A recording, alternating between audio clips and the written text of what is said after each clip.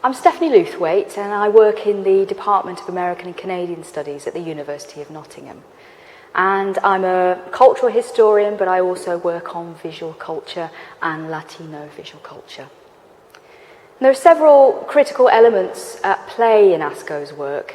And one of them is the idea of the politics of place and race, and the deep connection between place and race in Los Angeles. And this politics is very much tied to the development of a particular form of urbanism in Los Angeles, what David Diaz has called barrio urbanism, and the rise very much of a racially segregated Mexican-American barrio in East Los Angeles. And I think we see this very much in Asco's work. We might think, for example, of the ways in which Asco have staged their performances at culturally and politically significant sites.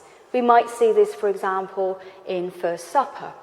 The main importance of this image is, of course, Whittier Boulevard, and the fact that Whittier Boulevard, the place where the Chicano moratorium took place in 1970, followed by police intervention and the suppression of public gatherings, and the idea that Asco are, reclaiming this space.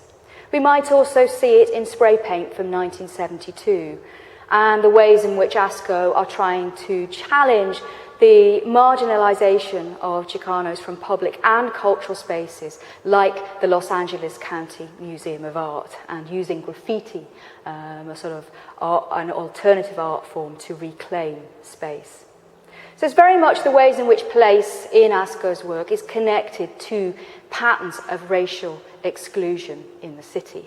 We think about it as performance, but I think the element of performance is very important for thinking about the ways in which Asco and Chicano artists had to use urban space in creative and subversive ways. And of course, one of the terms has been guerrilla theatre, the idea of it being sort of hit and run, and the aesthetic that comes from that. But the important thing here is that it means that the performances are in some ways fleeting and ephemeral, and what they speak about is patterns of racial exclusion, but the idea that power is at work in the city. The way in which the body in Asco's work works as a sort of a marker of the oppression, the exclusion, the racialization of Chicanos in Los Angeles.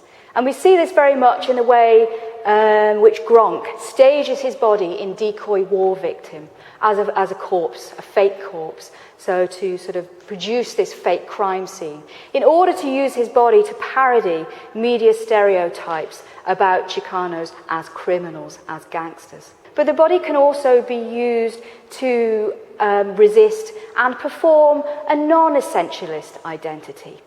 We might think about this, for example, in walking mural. They use their bodies to perform these cultural icons, this cultural iconography that we see in mural art, but they're doing something very different with it. They literally take these cultural icons, such as the Virgin Mary of Guadalupe, for example, off the wall and into the street, saying that art and identity are not fixed, they're not static entities, and challenging very much the idea of mural art as being static, or through traditional religious iconography, or through celebrating an Aztec past, the pre-Columbian and Aztec civilization, and the ways very much in which mural art did not necessarily engage with the urban realities of being Mexican-American in Los Angeles at this time, and particularly barrio life, urban barrio life. And it's interesting that I think, Gamboa talks about the use of surrealism in his work, but he calls it social surrealism.